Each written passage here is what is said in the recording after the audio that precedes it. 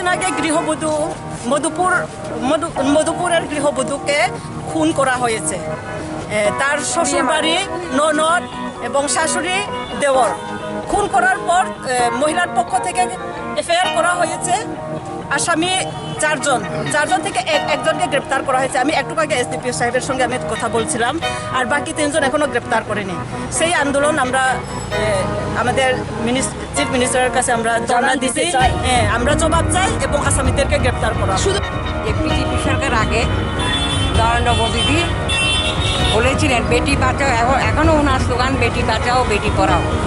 আর এভাবে রেপ হয়ে শিশুকন্যা থেকে বয়স্ক মহিলা, বৃদ্ধ, গৃহবধূ তাদেরকে রেপ করে জ্বালিয়ে পুড়িয়ে মারার যে ঘটনা, এটা লজ্জাস্কর ব্যাপার একটা গণতান্ত্রিক সরকারের পক্ষে।